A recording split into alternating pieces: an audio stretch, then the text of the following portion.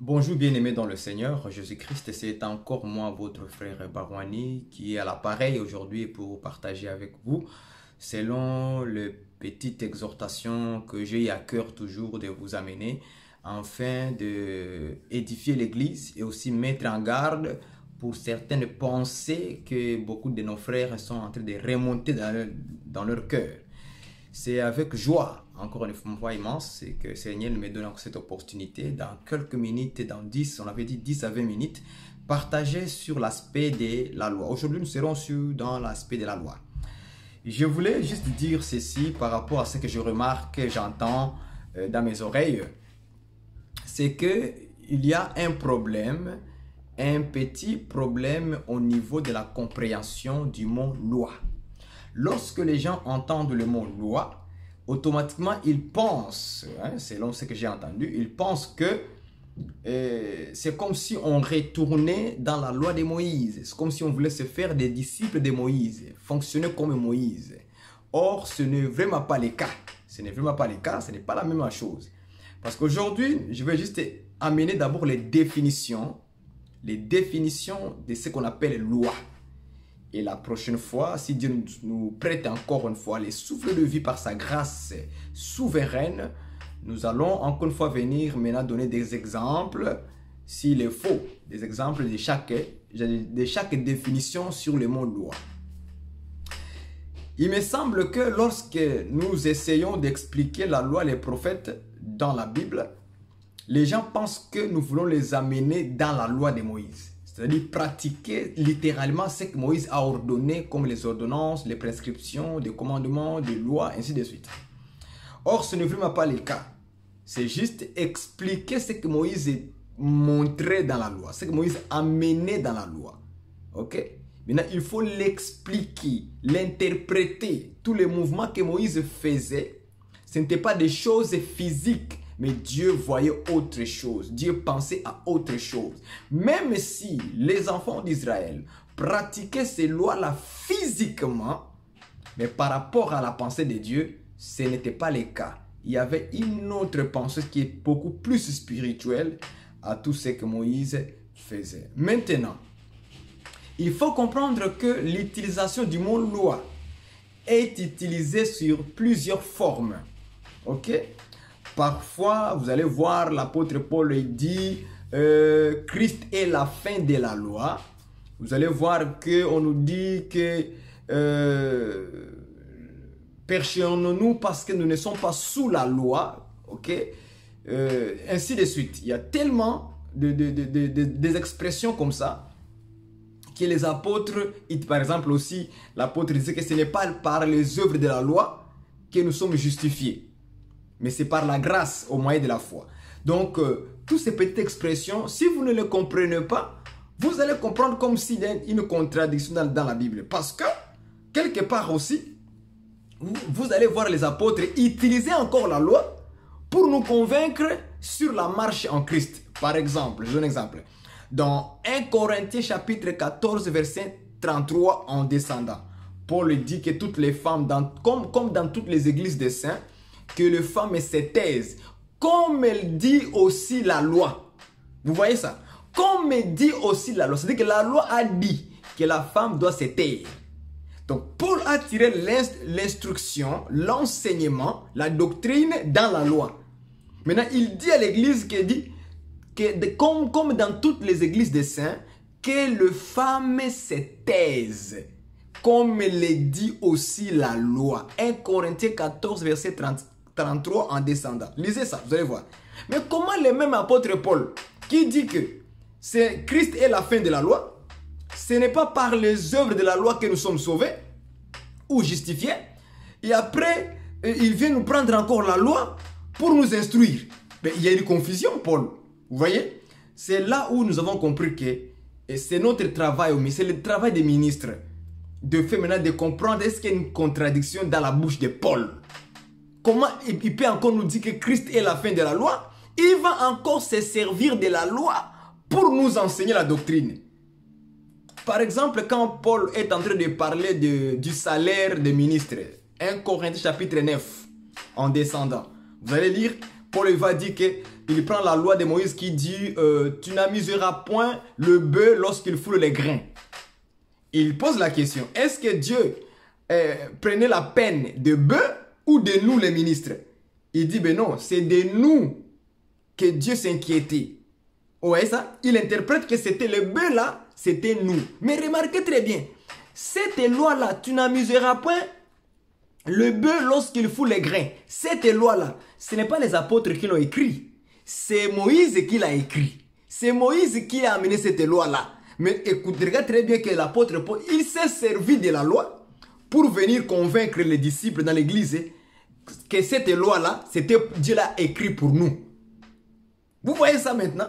Il y a comme une contradiction. Mais comment Paul a dit que c'est Christ est la fin de la loi? Encore il va se servir de la loi pour instruire l'église. Voilà pourquoi je vous dis frère. Frère, toi qui dis tout le temps, non, on n'est plus sous la loi. Comment ça on n'est plus sous la loi? Parce que toi tu comprends mal être sous la loi, ça veut dire quoi? Je suis là frère pour t'aider. Je suis là que nous puissions nous aider. Les dons que nous avons, c'est pour mettre ça en service de l'église. Je le mets au service de l'église. Pour que tu puisses comprendre bien les choses du Seigneur. Dans la bouche des apôtres, il n'y avait pas de confusion. C'est nous qui comprenons mal les choses de Dieu et on s'appuie sur nos façons de voir les choses. Dès que tu attends ce mot loi, tu sautes. Tu penses que, ah non, maintenant on va être comme les types de Moïse. Non, non, non, non, non, frère. Là, non, tu n'as pas compris. Tu n'as pas compris. Et tu vois la personne, il prend seulement un seul côté, il va s'appuyer là-bas, il va s'accrocher là-bas, c'est un seul côté. Non frère, on n'est plus sur la loi de Moïse, aujourd'hui nous sommes sur la grâce. Non frère, même quand tu l'enseignes, tu l'instruis la doctrine, il refuse. Parce que lui dans sa pensée, il s'est dit, nous sommes sous la loi. Ce n'est pas comme ça. Chaque mot que les apôtres, chaque expression que les apôtres ont dit, il y a une explication. Oui, c'est cache une compréhension des spirituels. Ce n'est pas quelque chose de physique. Parce que l'apôtre même lui-même, il a utilisé la loi pour instruire l'église. Lui-même, il a pris la loi là-bas. Il a utilisé ça pour instruire les gens.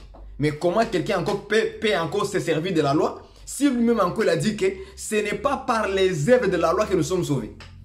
Mais il va encore le prendre la loi pour nous instruire. Voilà pourquoi je vous ai dit, quand on ne connaît pas des choses, frère, il faut être humble de poser des questions pour se nourrir spirituellement, pour avoir beaucoup de connaissances qui vont t'aider dans la marche avec le Seigneur.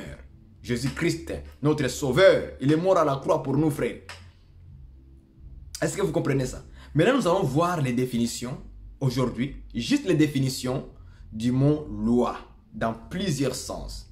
Et aujourd'hui, tu ne te focaliseras plus sur une seule définition, non. Ou bien une seule vision. Non. Maintenant, tu auras plusieurs visions à la fois.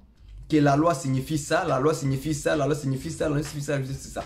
Maintenant, quand on parle ici que ce n'est pas par les œuvres de la loi que nous sommes sauvés, ça signifie quoi? Quand Paul dit que Christ est la fin de la loi, ça signifie quoi? Donc, quand chaque fois tu vas voir loi, tu vas comprendre, ah, ici, Paul est dans quelle position. Tu le sauras parce que quand les définitions sont déjà là, bien posées dans ton cœur, et tu le connais déjà, tu n'auras plus de difficultés. Est-ce que vous comprenez ça? Prenons premièrement d'abord, on va commencer par numéro 1. La loi. Je prends la première définition de la loi. Prenons Jean chapitre 11, verset 13.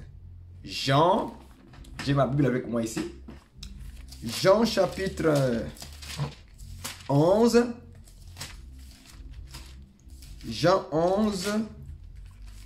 Verset 13. Je prends avec vous Jean 11, 13. Ok. Jean 11, 13. Plutôt Matthieu. Oh, pardon. Matthieu 11, 13. Oh là là. Matthieu 11, 13. Ok, je suis dans Matthieu 11, 13. Il est écrit ceci, je lis au nom du Seigneur. Car tous les prophètes soulignaient ça. J'aimerais que tu écris, que tu aies un cahier, tu écris la loi et ses définitions. Ok, calmement. Aujourd'hui, je vais donner la loi et ses définitions. Car tous les prophètes et la loi ont prophétisé jusqu'à Jean. Vous avez vu ça? Matthieu 11, 13. Car tous les prophètes et la loi, soulignez le mot loi, et la loi ont prophétisé. Vous avez vu ça? C'est-à-dire, selon cette écriture-là, la loi a prophétisé. La loi a prophétisé. C'est-à-dire que la loi était un prophète. La loi a parlé de la part de Dieu. La loi a annoncé des choses à venir. La loi a fait ça. Ça, c'est la première définition de la loi. C'est que la loi est un prophète. Voilà. La loi a parlé, la loi a prophétisé, la loi a annoncé des choses. Donc, quand toi, tu attends seulement les mots loi, automatiquement, tu vois comme si on t'amenait à être disciple de Moïse. Non. Non. Quand nous prenons la loi de Moïse, dans la loi où Moïse écrivait là, il y avait des prophéties. Et il parlait de la part de quelqu'un. La loi annonçait certaines choses à venir. Donc la loi n'est pas limitée comme toi tu le penses. Regarde comme Dieu pense sur le mot loi. Donc la loi fait quoi? Donc la loi prophétise, c'est tout un prophète. C'est ça la première définition. La loi c'est un prophète. Est-ce que vous comprenez ça? Donc on peut expliquer les prophéties dans la loi de Moïse. Ah oui, frère. Dans la loi que Moïse a donnée, on peut sortir des prophéties. Ok, on n'a pas le temps de donner les détails des exemples. Mais il faut d'abord comprendre que la loi est un prophète. Elle prophétisait. Elle parlait de la part de Dieu. Elle annonçait des mystères de Dieu. La loi a fait ça aussi. Donc tu vois que maintenant ta connaissance là, ça commence maintenant à être ouvert. Maintenant, tu comprends que tu commences maintenant à comprendre. Tu te dis, ah, donc je me trompais comme ça. Moi, je pensais que seulement la loi était l'ombre. Non, non, la loi n'est pas seulement l'ombre. La loi aussi est un prophète. Elle prophétisait. Est-ce que vous comprenez ça? Première définition, la loi, un prophète. C'est un prophète. Je prends deuxième définition dans Romains chapitre 3, verset 21. Romains chapitre 3, verset 21. Romains 3, 21. Il dit ceci. J'ai lu au nom du Seigneur. Mais maintenant, sans la loi est manifestée la justice de Dieu, à laquelle rendent témoignage la loi et les prophètes. Écoutez la dernière phrase ici. Il dit, maintenant sans la loi est manifestée la justice de Dieu, virgule, à laquelle rendre témoignage la loi et les prophètes. Il dit que maintenant sans la loi est manifestée la justice de Dieu. Donc, maintenant la justice de Dieu est manifestée sans la loi. Est-ce que sans la loi? Est-ce que vous comprenez ça? Maintenant après il dit que à laquelle rendent témoignage la loi et les prophètes. Faites attention. Il y a des lois. Il y a sans la loi est manifestée la justice de Dieu. Ça c'est un. Premièrement, loi. Deuxième loi, il dit que la loi et les prophètes rendent des témoignages. Vous avez vu ça? C'est-à-dire que la loi et les prophètes rendent témoignage de la justice de Dieu. Est-ce que vous comprenez? Donc ici, selon la définition encore, la loi c'est un témoin. La loi ici est prise comme un témoin. Donc il témoigne. À laquelle rend témoignage la loi et les prophètes. C'est-à-dire que la loi et les prophètes rendent témoignage. C'est ça que Jésus a dit aux Juifs. Jean 5, 39. Vous sondez les Écritures, croyant avoir la vie en elles, mais c'est elles, les Écritures, qui rendent témoignage de moi. Donc les Écritures, ce sont des témoins. Ce sont des témoins, les Écritures. Donc la loi et les prophètes, ce sont des témoins. Est-ce que vous comprenez ça? Donc deuxième définition, la loi est un témoin parce qu'elle témoigne. Elle rend témoignage quelqu'un qui rend témoignage, on la dira c'est un témoin. Il a vu, ça veut dire que cette personne a vu les événements. Est-ce que vous comprenez ça? Il a vu des événements, on l'appelle, on lui dit, est-ce que tu as vu telle chose? Il dit oui, je suis témoin et je vais témoigner. Il commence à témoigner. Vous voyez? Voilà pourquoi on l'appelle, il rend témoignage. La loi aussi rend témoignage parce que la loi a vu des choses, spirituellement des mystères. Maintenant, il vient témoigner ce que la loi a vu. C'est ça la Bible, frère. Donc la loi aussi c'est un témoin. Donc si tu veux convaincre quelqu'un, il faut prendre les témoins. La loi aussi c'est un témoin. Pas seulement les prophètes, la loi aussi est un témoin. Donc parmi les témoins, il faut prendre aussi les témoins de la loi. Il y a des choses qu'il te dira. Il y a des choses que la loi te dira. Ce qu'il a vu, ce qu'il a entendu, il va te le dire. Ça c'est un témoin. Donc quand tu entends mon loi, tu penses que c'est pour te ramener dans la loi de Moïse, pour te faire pratiquer comme Moïse. Non. C'est pour aller témoigner des choses qu'il avait vues, qu'il avait entendues. Donc la loi aussi fait partie des témoins. C'est un témoin. Ok? Troisième maintenant. Hébreux chapitre 10, verset 1. Je suis encore en train de définir seulement le mot loi dans cette définition, dans la manière qu'on le voit selon Dieu. Hébreux chapitre 10, verset 1. La loi, j'explique encore la définition de la loi. La loi. En effet, la loi qui possède une ombre de bien à venir et non l'exacte représentation des choses ne peut jamais, par le même sacrifice qu'on offrait perpétuellement chaque année, amener les assistants à la perfection. Point. Maintenant, dans Hébreux chapitre 10, verset 1, troisième définition, on nous dit que la loi possède une ombre de bien à venir. Soulignez ça. La loi fait quoi? Possède une ombre des choses à venir, des biens à venir.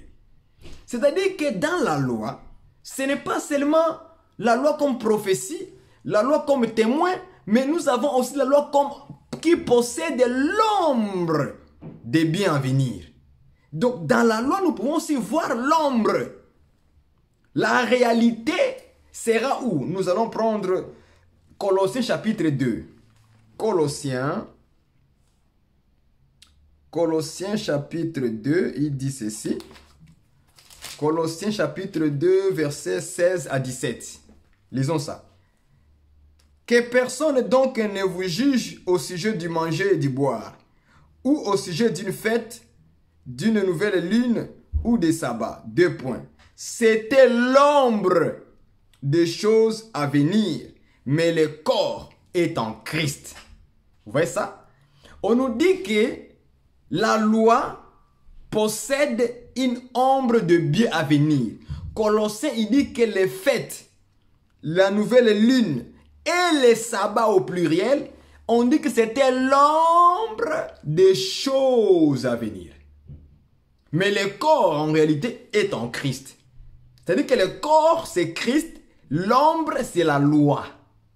Donc, tout ce que Dieu avait donné aussi comme loi, dans le fait, nouvelle ligne, le sabbat, et les lois sacrificielles selon Hébreux chapitre 10, verset 1, toutes ces choses-là, Paul, il dit que ça, c'était l'ombre. C'est une ombre. La loi possède une ombre. Vous voyez ça? Mais la réalité, c'était le corps de Jésus. On n'a pas le temps de donner des exemples. Juste là, je donne d'abord des définitions. Ici, la loi est définie comme une ombre qui possède une ombre des biens à venir, des choses à venir. Mais la réalité de ces lois-là, parce qu'il y avait des lois, les lois des sabbats, il y avait des lois sur le fait, les fêtes d'Éternel, il y avait des lois sur la nouvelle ligne. Toutes ces lois que Dieu donnait là, Paul appelle ça ombre. Vous voyez ça? Paul a déjà clarifié, ça c'est ombre. C'est-à-dire que dans la réalité, on ne peut pas fêter des fêtes de l'Éternel charnellement comme ça. Non. Toutes ces fêtes-là doivent se réaliser dans le corps de Christ. dans le corps de Jésus. Est-ce que vous comprenez cela? Soyez bénis. Jusque-là, je donne encore troisième définition. C'est la loi comme ombre. Nous allons avancer. 5. Bon, maintenant nous avons, nous avons quatrième point. La loi comme la vérité. Je prends psaume. Allons-y rapidement, psaume 119. La loi comme la vérité. Ok, lorsqu'on sonde les choses de Dieu, on comprend. Lorsqu'on fait des recherches, on comprend que ce que je voyais dans ma tête, ce n'était pas clair. Je prends maintenant ici psaume 119, verset 142. 142. Psaume 119, verset 142. Lisons. Ta justice est une justice éternelle. Et ta loi est la vérité. Soulignez ça. Et ta loi est la vérité. Donc ici, la loi devient la vérité. Ce n'est pas un mensonge, c'est une vérité. Donc quand on te dit la loi, toi tu vois déjà, oh non, tu nous as mis dans la Moïse. Non, non, non. La Bible dit que la loi est la vérité. Ta loi est la vérité. Est-ce que vous comprenez ça? Ta loi est la vérité. Maintenant, quand tu prends, c'est quoi la vérité? Quand tu prends Jean 17, verset 17, on dit quoi? On dit ceci. On dit que sanctifie-les par ta vérité. Ta parole est la vérité. Donc, quand je prends les deux versets là, Psaume 119, verset 140, plus Jean 17, 17, je le mets ensemble, je comprends que la loi signifie la parole. Parce qu'on dit que ta loi est la vérité. Et puis on dit que ta parole est la vérité. C'est que la loi c'est la parole. C'est simple que ça. Donc ça n'a rien à voir le mot loi avec une conception que nous avons construite en nous-mêmes. Non frère. Enlève, il faut effacer ça. Efface. La loi a plusieurs aspects, plusieurs définitions. La manière que Dieu le voit. Pas ta manière à toi, la manière du Seigneur. La loi est la vérité. Ah bon, mais la loi maintenant est la vérité. Tu vas dire quoi? La loi maintenant est la vérité. Vous voyez comment nous réfléchissons? Ok. Je prends encore une cinquième définition. Cinquième définition. La loi comme alliance ou bien promesse. Je prends 1 Chronique. 1 Chronique, chapitre 16, verset 15 à 18. 16, 15 à 18. 1 Chronique 16, 15 à 18. On va lire la loi comme alliance, comme promesse. Écoutez ce que la Bible dit. Rappelez-vous à toujours son alliance. Ses promesses, c'est pour 1000 générations. Verset 16. L'alliance qu'il a traitée avec Abraham et le serment qu'il a fait à Isaac, verset 17, il l'a érigé pour Jacob en loi, pour Israël en alliance éternelle. Verset 18. Disant, je te donnerai le pays des Canaan comme héritage, comme l'héritage qui vous est échu. Est-ce que vous comprenez ça? Dieu a traité avec Abraham une alliance. Avec Isaac un serment. Mais il a rédigé cette alliance-là. Il a érigé en loi. Chez qui? Chez Jacob. Mais en Israël comme peuple, il a fait une alliance. Donc la loi est vue comme une alliance. Est-ce que vous avez compris ça? La loi c'est aussi une alliance. J'ajoute encore une autre écriture sur la pensée de la loi comme alliance. Je prends Psaume 105. Psaume 105 au verset 10. Psaume 105 verset 10. Il va encore parler la même chose, la même affaire. Je prends le verset à partir du verset 8. Du verset 8, allons-y. Il se rappelle à toujours son alliance, ses promesses c'est pour 1000 générations, l'alliance qu'il a traitée avec Abraham et le serment qu'il a fait à Isaac. Verset 10. Il a érigé pour Jacob en loi, pour Israël en alliance éternelle, disant, je te donnerai le pays de Canaan comme héritage qui vous est échu. Est-ce que vous avez compris ça? Donc Dieu a érigé son alliance qu'il a fait avec Abraham. Cette alliance c'était quoi? Au verset 11 de Apocalypse 105, verset 11, on nous dit que je te donnerai le pays de Canaan comme héritage qui vous est échu. Donc quand Dieu a dit à qui? À Abraham, je te donnerai ce pays de Canaan. Dieu dit qu'il a fait une alliance avec Abraham. C'est une alliance qu'il a fait avec Abraham. Mais quand il a eu le peuple juif, les Israélites, il les a fait maintenant ça comme une loi. Donc son alliance a changé comme une loi. Donc cette parole de Dieu est devenue comme une loi. Est-ce que vous comprenez ça? Donc Dieu appelle la loi aussi comme une alliance. Et toi tu te focalises dans ta pensée là. Tu vois seulement la loi comme non, non frère. Ne nous amène pas dans la loi de Moïse. Non, non, non, non, non. Non, non. Tu ne comprends pas que la loi aussi c'est une alliance. C'est une alliance. Oui, Jésus-Christ aussi a fait l'alliance avec nous, avec les nations. Quand Jésus-Christ nous a promis, il a fait promesse que le royaume des cieux vous a été donné. Il nous a donné le royaume. C'est une promesse, c'est une loi. C'est une alliance qu'il a traitée avec nous. De la même manière aussi que Dieu a traité avec Abraham, que je te donnerai le pays de Canaan comme l'héritage. Or, nous aujourd'hui, en tant qu'Église, notre héritage aujourd'hui, c'est le royaume des cieux. C'est l'éternité, la vie éternelle. Ça, c'est la promesse que Dieu nous a donnée. C'est notre héritage. Donc, Dieu a fait cette alliance avec l'Église. Parce qu'il nous a promis, c'est une promesse, que le royaume des cieux vous a été donné. Est-ce que vous comprenez ça, frère? C'est notre héritage. C'est notre pays que Jésus nous a promis. La vie éternelle. Donc c'est une loi, c'est une alliance. C'est une promesse. Vous voyez ça? C'est très important de voir ces choses. Nous allons aller rapidement, parce qu'on n'a pas le temps, juste quelques minutes, même 30 minutes. Vous allez m'excuser. Nous allons donner aussi la loi comme condamnation. Ok? Parce que la loi aussi est définie comme dans le sens de condamner quelqu'un. Je prends Esther.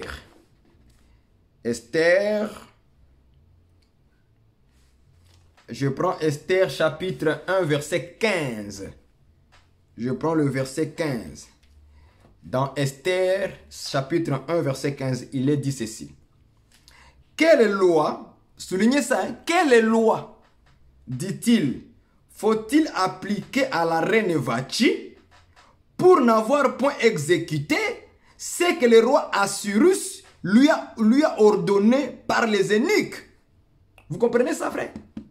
Donc, le serviteur du roi Assyrus, quand le roi Assyrus avait appelé Vachi pour venir présenter sa beauté devant tout le monde, Vachi avait refusé. Maintenant, ses serviteurs ont dit au roi, quelle loi, soulignez ça d'abord, quelle loi faut-il appliquer? Pour faire quoi? Pour Vachi. Faut-il appliquer à la reine Vachi pour n'avoir point exécuté ce que le roi Assyrus lui a ordonné par les eunuques. Donc, il cherchait une loi qui va condamner Vachi. Est-ce que vous comprenez? Donc, quand on parle du mot loi, ne le voyez pas dans votre sens que vous pensez tellement, l'ombre ou témoin ou prophétie ou bien comme alliance. Non. La loi a aussi l'image de la condamnation. Donc, il cherchait une loi qui fait quoi? Qui condamne Vachi. C'est compréhensible. Prenons chapitre 4. Chapitre 4. Toujours Esther. Chapitre 4, verset 11. Je prends avec... Regardez maintenant ce qui est écrit. Verset 11. Tous les serviteurs du roi et le peuple des provinces du roi savent qu'il existe une loi. Soulignez ça. Une loi. Il existe quoi? Une loi portant peine de mort contre quiconque, homme ou femme, entre chez le roi dans la cour intérieure sans avoir été appelé. Celui-là seul à la vie sauve. à qui le roi rend le sceptre d'or, et moi, je n'ai point été appelé auprès du roi depuis 30 jours. Vous voyez ça maintenant, c'est qu'on dit, c'est que Esther dit ici. Esther dit que tout le monde savait qu'il existait une loi qui porte la peine de mort. Vous voyez ça? Donc, quand on cherchait une loi pour appliquer à Vachi, c'était pour le condamner. C'était pour la condamner. Donc, ça veut dire que cette loi-là portait quoi? Portait une peine de mort. Donc, quand nous voyons la loi, on le voit aussi dans le sens de la mort. Est-ce que vous comprenez ça? Même les lois de Moïse, il y a des lois de Moïse qui portaient le sens de la mort. Qui portaient la peine de mort. Oui, frère. Il y a des lois comme ça. Mais il y a des lois de Moïse qui ne portaient pas la peine de mort. C'était comme des prophéties. Il faut les différencier. Hey, il y a des lois dans la Bible qui ne portent pas la peine de mort. Mais il y a d'autres lois qui portent la peine de mort. C'est là maintenant où les gens sont en train de s'embrouiller avec la loi. Dès qu'il attend les mots loi, c'est fini pour nous. Non, frère. Toi, tu veux nous amener maintenant dans la loi de Moïse. Non. Aujourd'hui, nous sommes sous la grâce. Sous la grâce. C'est terrible aujourd'hui. Manque d'enseignement. Je suis là pour vous, frère. Je vais vous servir. Cœur ouvert. Je vais vous servir cœur ouvert. Regardez. Donc, il y a des lois qui portent quoi là? Qui portent peine de mort. Il y a des lois qu'on peut appliquer pour condamner quelqu'un. On n'est pas encore entré dans des exemples. Il y en a plein des exemples comme des lois ou qui condamnaient. Déjà, ceux qui sont spirituels commencent à comprendre. Ah, telles lois, quand on les citait, à la fin, on dit la mort. À la fin, on dit la mort. À la fin, on dit la mort. Ça, c'est la loi qui portait la peine de mort. Est-ce que vous voyez ça maintenant? Quand Jésus-Christ, on dit que Christ est la fin de la loi. Maintenant, vous comprenez, hein? Christ est à la fin de quoi? De la loi. Donc cette loi-là, qu'est-ce qu'il faisait? Elle portait la peine de mort. Est-ce que vous comprenez ça? Cette loi porte la peine de mort. Donc Christ est à la fin, a mis fin à la mort. Voilà. Voilà. Christ a mis la fin de la mort. À la condamnation, parce que la loi qu'on voulait appliquer chez Vachi, c'était pour faire quoi? La punir. Oui, c'était pour la punir, la condamner. Donc, Christ est la fin de la condamnation. Voilà, c'est clair que ça. Donc, maintenant, vous comprenez la définition, c'est clair.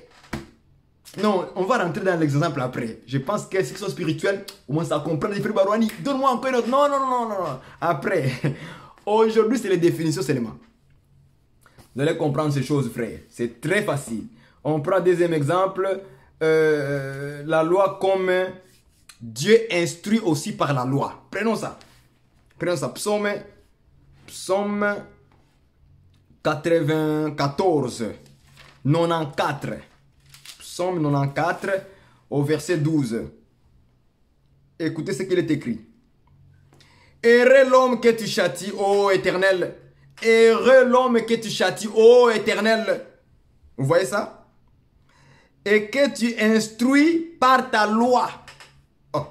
Donc, Dieu aussi peut instruire quelqu'un par la loi. Mais toi, mon frère, pourquoi tu es focalisé sur une pensée seulement? Il faut avoir la diversité des définitions de la loi. Il faut avoir donc, c'est avec ça maintenant que tu vas comprendre bien Dieu. Ne te focalise pas. Non, la loi, c'est l'ombre. Toi, c'est l'ombre seulement. Non, la loi. D'autres le disent. Non, la loi ne justifie pas. Donc, il est là. Il se focalise. La loi ne justifie pas. Donc, il pense que c'est sa pensée, comme il est bloqué comme ça, c'est la seule définition de la loi. Et voilà pourquoi dans sa vie spirituelle, il n'avance pas dans la connaissance. Il est bourré sur une place. Il est statuetté sur une place. Voilà les mots. Il est statuetté. Ah, c'est moi qui ai inventé ça. Il est statuetté sur une place. Il ne bouge pas. Moi, c'est la loi ne justifie pas. Donc, il est calé comme ça. La loi, d'autres, la loi, c'est l'ombre. Il est comme ça. Non. Il faut enlever tes mains là. Voir maintenant la diversité de la loi. Comment Dieu voit la loi en plusieurs sens. La Bible dit que Dieu instruit par la loi. Donc, dans la loi, il y a des instructions de Dieu. Et toi, tu refuses ça. C'est grave. Tu es contre Dieu. Tu dois te repentir. Je m'en vais rapidement. Définition, une autre définition. La loi comme lumière. Ésaïe 51, verset 4. Allons-y rapidement. Ésaïe 51, verset 4. Ésaïe 51, tu es où? Écoute ce que Dieu dit. Hein. Écoute ce que la parole dit. Pas ce que toi tu dis. Lis que la parole dit. Comment on définit la loi dans la Bible. Moi, j'ai fait les efforts de faire des recherches pour toi. Et pour moi aussi. Pour augmenter notre connaissance. Et soyons il faut que notre esprit soit ouvert. Pas enfermé. Il y a des esprits enfermés. Non. Ouvert. Comprendre les choses de Dieu clairement. Sans ambiguïté. Ok? Ésaïe 51, la loi comme lumière. 51, verset 4. Mon peuple, sois attentif. Ma nation, prête-moi l'oreille. Car la loi sortira de moi et j'établirai ma loi pour être la lumière du peuple.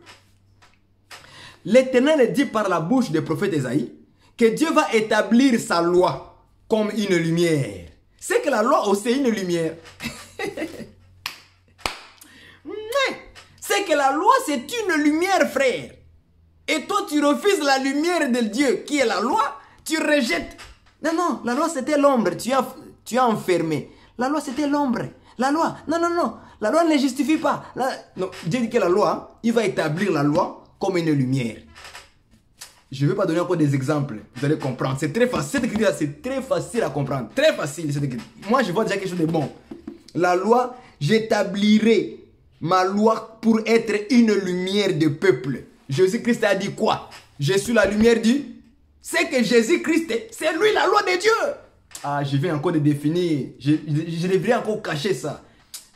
Attendez. Les exemples viendront. On avance. Donc la loi aussi est vue comme la lumière. Ok. J'avance. Je prends une autre définition de la loi. La loi comme la voie de Dieu, le chemin de Dieu. Jérémie 5, 4. Allons-y rapidement. Jérémie 5, 4. Dieu voit aussi la loi comme la voie de Dieu ou le chemin de Dieu.